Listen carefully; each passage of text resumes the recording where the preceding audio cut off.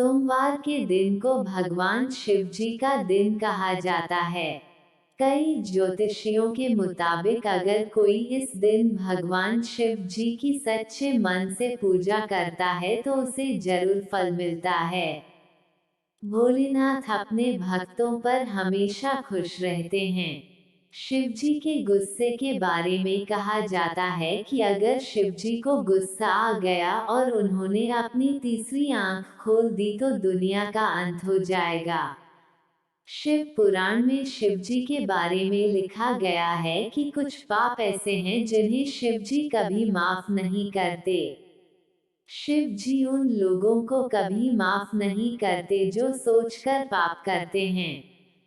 कहा जाता है कि आपके दिमाग में क्या चल रहा है भगवान सब जानते हैं।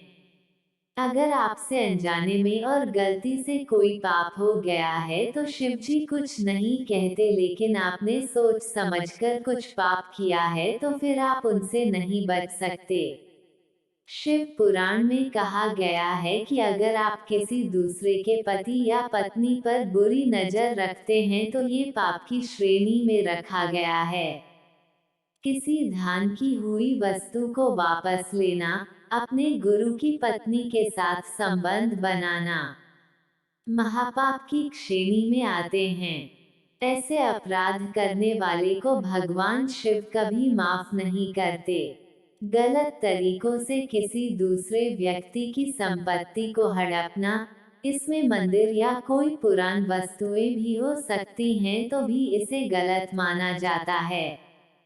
किसी भी गर्भवती महिला को कटु वचन और उसका दिल दुखाना भी अपराध की श्रेणी में आता है।